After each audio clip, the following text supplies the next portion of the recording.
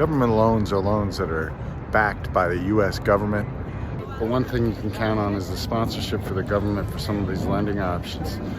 And they're meant to help Americans buy homes or finance themselves out of troubles. Don't forget manual underwrites are always available. That's what's great. You don't just rely on the AUS automated underwriting systems of each one of these departments, whether it be Veterans Administration, whether it be GUS from USDA, or the mortgage scorecard with HUD. Take advantage of manual underwrites, learn more to do more. Mortgage scorecard does allow unlimited ratios when it's approved. We ask for a 580 FICO, and manual underwrites even to expanded ratios. Look at the charts here that'll teach you how to manipulate and manage manual underwrites. What compensating factors are needed if you want to expand the ratio. Traditionally, if you have 3143, you don't need any compensating factors. You meet as long as your credit is deemed worthy. At 3747 ratios, you would need one compensating factor, and these are all above 580, which is Flagstar's floor minimum. 40 over 40 would be allowed even in the debt to income ratio if there was no discretionary debt. And discretionary debt would be at least 6 months that they're paying their balances in full and have no balance at the time of application. 40 over 50 back-end ratios would require two compensating factors. And again, if we had a no FICO, which we do, we register those as 999. You need 3 alternative trades, one of which is housing, and then some other simple trades that you can pick up. 3 alternative trade lines, you go with 3143, registered as 999 FICOs, and you can go non-traditional credit. One option for compensating factors is cash reserves. When you typically look at a property, 1 unit to 2 units require 1 month reserve when you're doing a manual, but for it to be a compensating factor, you're doing 3 months of reserves. 3 months on a 3 to 4 unit would be typical to do a manual underwrite, and for it to be considered a compensating factor, you'd need 6+. But you did hear right that there is available on FHA financing all the way to 96.5 loan to value. So max financing allows 3 to 4 units. Comp factor number 2, mortgage payment and payment history have minimal increases. So that's a key factor. Then if you were looking at no discretionary debt, you would want to have also timely housing payments with no other debts for that consumer. And no other debts would mean that they're paying them in full within a 6-month period leading up to the loan. They've been paying them in full and they have no balance at the time of closing. And that would allow a 40 over 40 ratio if they were considered no discretionary debt.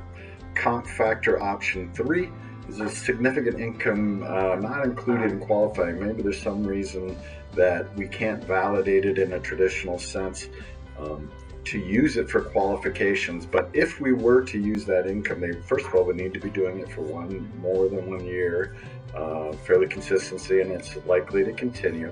Number 2, the income would need to bring the gross ratios, if we were going to include it, to a 37 over 47 ratio. And of course, income from non-occupant co-borrowers couldn't be considered in that calculation of factors. It would be for occupant borrowers only. So comp factor number 4 is monthly residual income. It's like a VA calculation. You take a family size, which corresponds with a chart of expenses or residual income that will need to be remaining after the math that I'm about to break down for you here.